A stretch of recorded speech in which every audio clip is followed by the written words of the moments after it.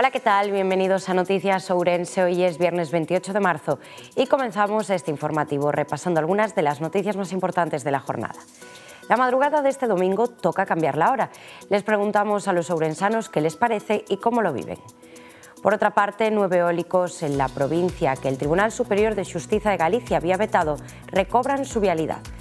Y además 3 años de cárcel por tener sexo con una niña de 14 años. Comenzamos. El cambio de hora influye en varios aspectos de la vida cotidiana, así como en los biorritmos de las personas.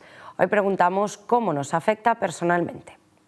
La hora se cambia 2 veces al año con el objetivo de ajustar las horas de luz solar a la jornada laboral general y así ahorrar energía. Eso sí, la mayoría de países europeos que en los últimos años se han unido al cambio horario lo han hecho no por el ahorro energético, sino por la necesidad de sincronizar los horarios con países vecinos.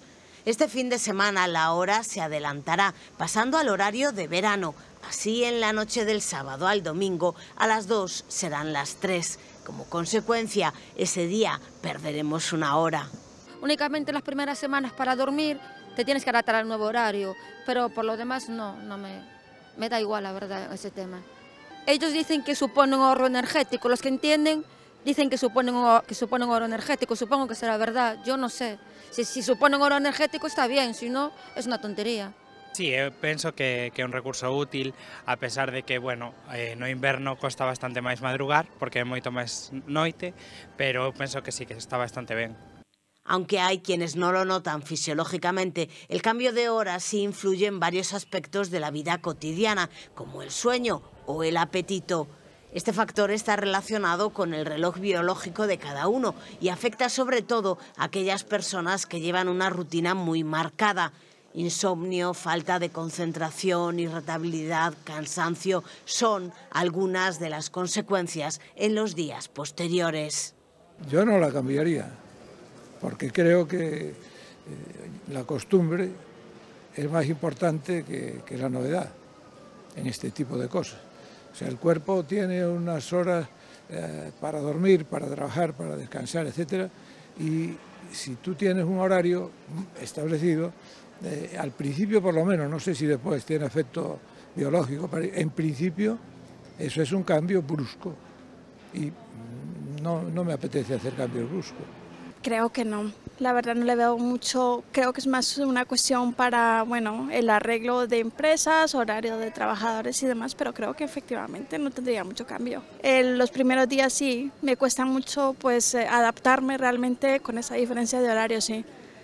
Están más cansados y demás. Me parece bien que la cambien, pero que la mantengan la nueva hora, que no anden cambiando. Para mí es mucho mejor. Todos los años así, una hora para adelante, otra para atrás. Yo creo que se debía de unificar todo y listo. Poner un horario, no sé si el de verano o el invierno, el que vaya mejor y punto. Vamos, pienso yo. Yo prefería que no se cambiara, no le veía más el objeto tampoco, pero ese cambio trastorna un poquito, a mí por lo menos que soy una persona mayor, pero vamos, el que no me gusta a mí no quiere decir que no es bueno, y no lo sé, por algo lo harán.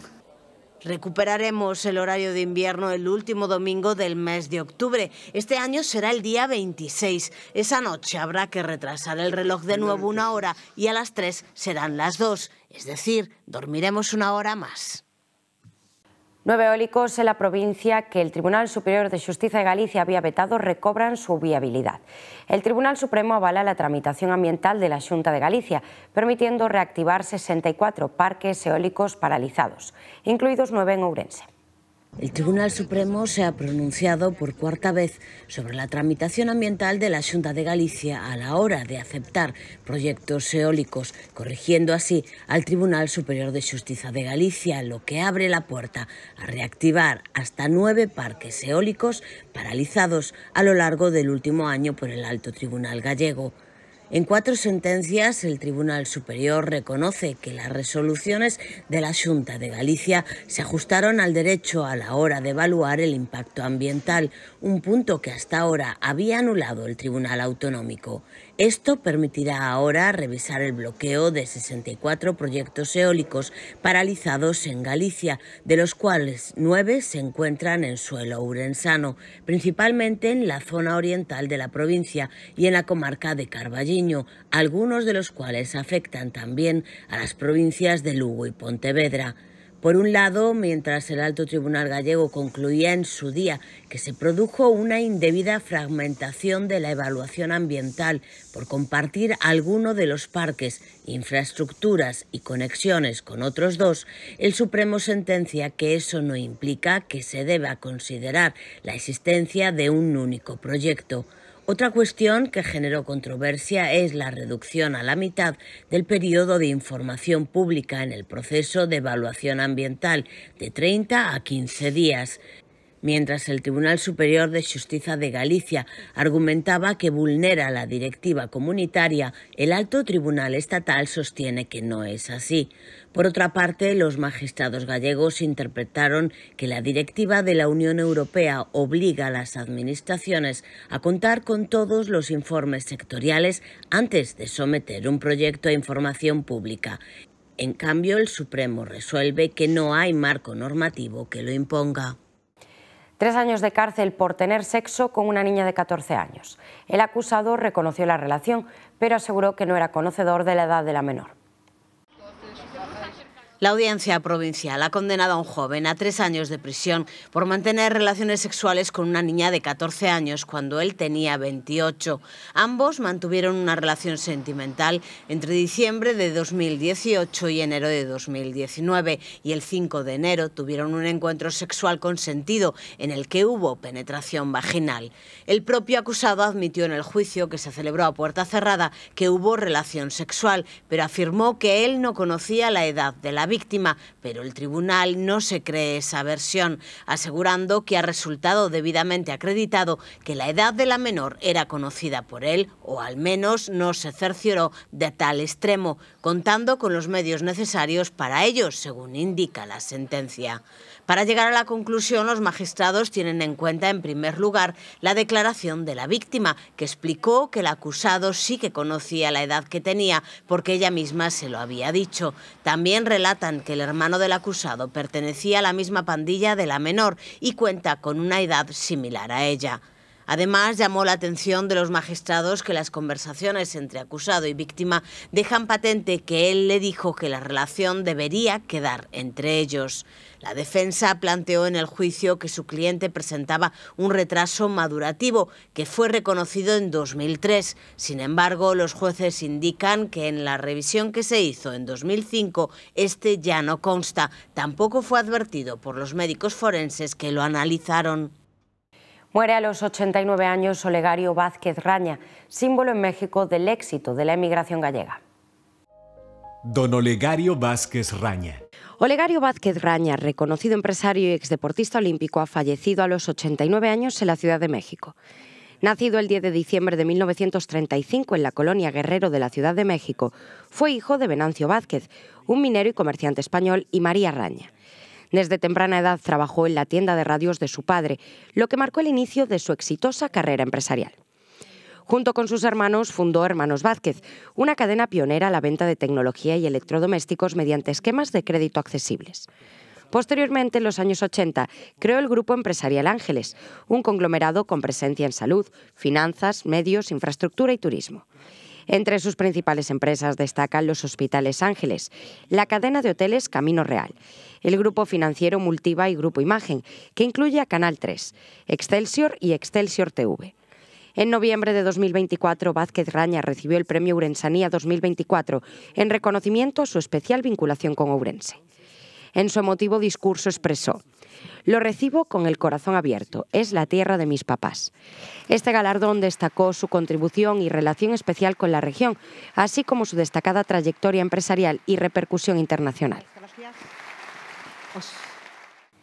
El intento de publicación del libro El odio, basado en el testimonio de José Bretón, ha generado un intenso debate en toda España, incluyendo Ourense, sobre los límites de la libertad de expresión y el respeto a las víctimas. La obra, escrita por Luis G. Martín y prevista para su lanzamiento con la editorial Anagrama, ha sido suspendida tras la polémica y las acciones legales emprendidas por la madre de los niños asesinados, Ruth Ortiz. La editorial Anagrama ha anunciado la suspensión sine die de la publicación de El odio, un libro donde su autor, Luis G. Martín, trazaba un retrato del condenado por el asesinato de sus hijos, José Bretón, basándose en una serie de entrevistas al recluso donde se revelaban detalles del caso. Porque es una vergüenza que una editorial saque este libro al mercado, una vergüenza. Con esto ya es lo máximo ya.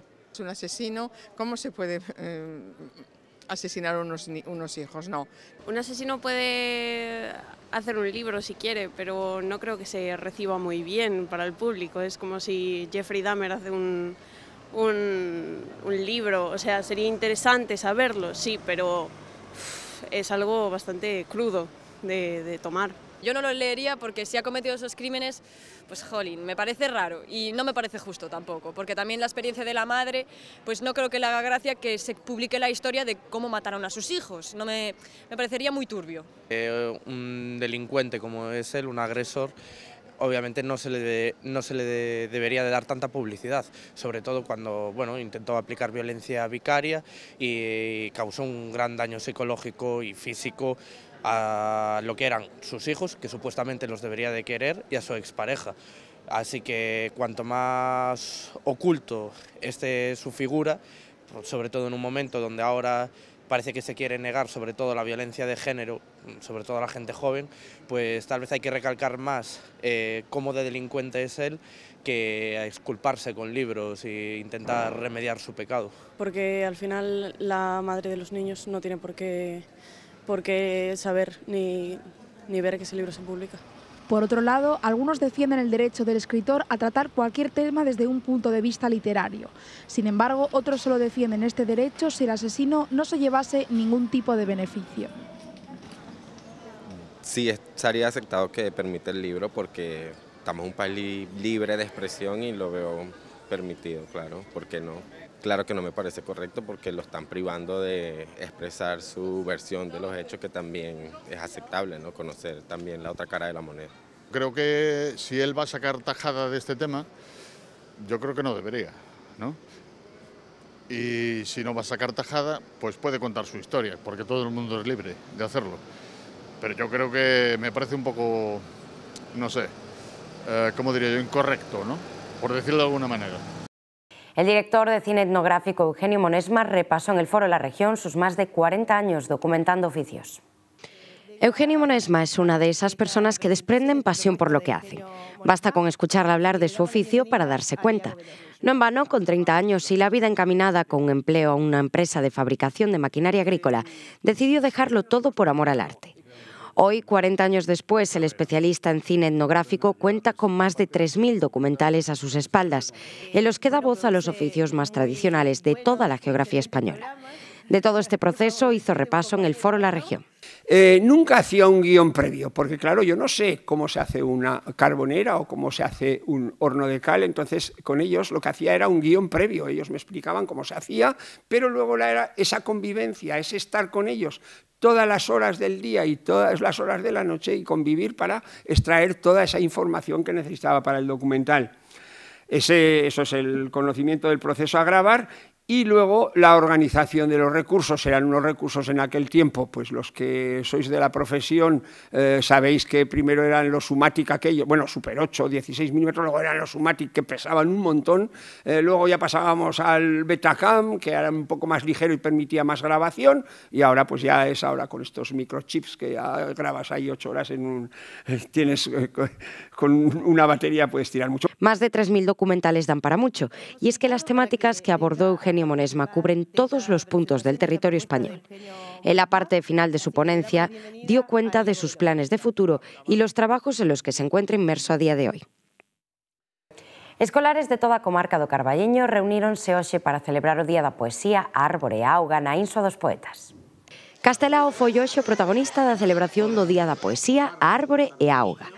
Centos de escolares honraron a súa memoria con distintas actuacións sobre a súa extensa obra.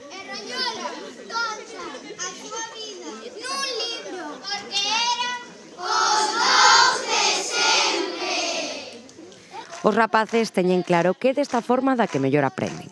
Non só se prepararon para o día, senón que estudaron a Castelao, conviviron con outros colexios e desfrutaron da natureza. Ademais de todos os centros da contorna do Carballiño, tamén foron convidados alumnos de Castro Caldelas. Creamos un poema sobre o tema que estamos dando ahora en clase. Vamos a bailar sobre unha mosca de monra de toda a clase.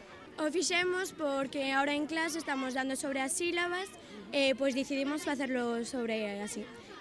Cada un vai ler un texto, un poema, e os outros van ter que contestar. Parece moi interesante para coñecer sitios novos e todo eso. Parece unha actividade así fora do común, gústame moito. Tocar e cantar. Violín e la guitarra, tocar el piano, tocar el violín e cantar. E que ides tocar e cantar? Lela. Moi ben. Ben. Gustamos? Recitar una poesía de Rosalía de Castro. Que poesía? Unas cantigas e Miña casiña meu lar. As cantigas unha semana, pero o poema xa tiñamos preparado de outra vez. Que está ben. Gusta vos salir do cole, non? Sí. Vamos cantar a canción de Lela, de Castelao. Está guai porque estamos tres cursos xuntos cantando unha canción. O mariñeiro que fala francés e mailo mariñeiro que fala inglés entran nunha taberna servida por un home gordo. Queren perder os sentidos xuntos para seren máis amigos. Quen sabe se despois de ben borrachos poderán entenderse. A Igrexa do Sagrado Corazón da Carballeira estará aberta 24 horas dende hoxe ás 7 da tarde e ademais acollerá unha formación sobre a Sábana Santa. Neste tempo de Coresma, a Igrexa do Sagrado Corazón da Carballeira estará aberta durante 24 horas de maneira ininterrompida, con quendas de oración para que sempre haxa alguén no templo, de maneira que os ourensáns poidan achegarse en calquera momento do día ou da noite para rezar. Bueno, a experiencia das 24 horas para o Señor foi un invento, podemos decir así, non, do Papa Francisco, cando empezou o seu pontificado, pois planteou que toda a Igrexa, a terceira semana de Coresma, do venres da terceira semana de Coresma, ata o sábado, 24 horas seguidas, houvese a posibilidade nas iglesias que se podese facer, nos templos que se podese facer, de ter o Santísimo Sacramento exposto 24 horas seguidas, que estivese un templo, unha igrexa aberto ese tempo todo, e onde se dese ademais a oportunidade aos fiéis de recibir o sacramento da confesión. Así, o bispo fixo oficial a función da Igrexa como lugar sacro destinado á adoración eucarística, así como os rezos e os sacrificios para lograr o perdón espiritual e expiar as ofensas cometidas contra o Santísimo Sacramento e o corazón de Xesús. Coincidiu naquela época en que hubo varios intentos de profanación ou profanacións do Santísimo Sacramento en moitas igrexas, con roubos e cousas parecidas, non? Entón, o bispo dixo, unha igrexa que este permanentemente dedicada tamén a pedir polo perdón polas persoas que fan estas cousas mal, que ofenden ao Señor no Santísimo Sacramento e que profanan, e tamén para pedir, sobre todo, que é unha das ideas fundamentais deste templo expiatorio, polos sacerdotes, pola santificación dos sacerdotes e polas vocacións sacerdotais.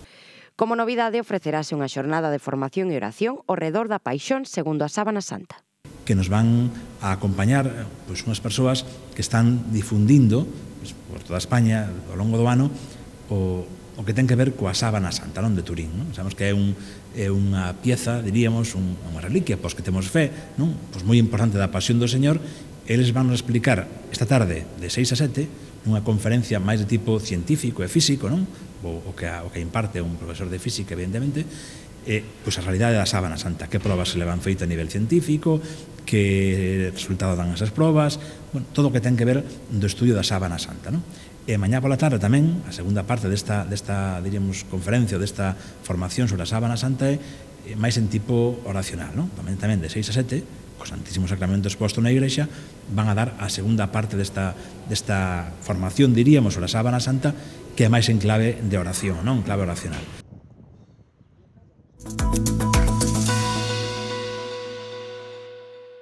Pues esto ha sido todo por hoy. Muchas gracias por acompañarnos. Que pasen una buena noche, que disfruten del fin de semana. Nosotros nos vemos el lunes a la misma hora. Adiós.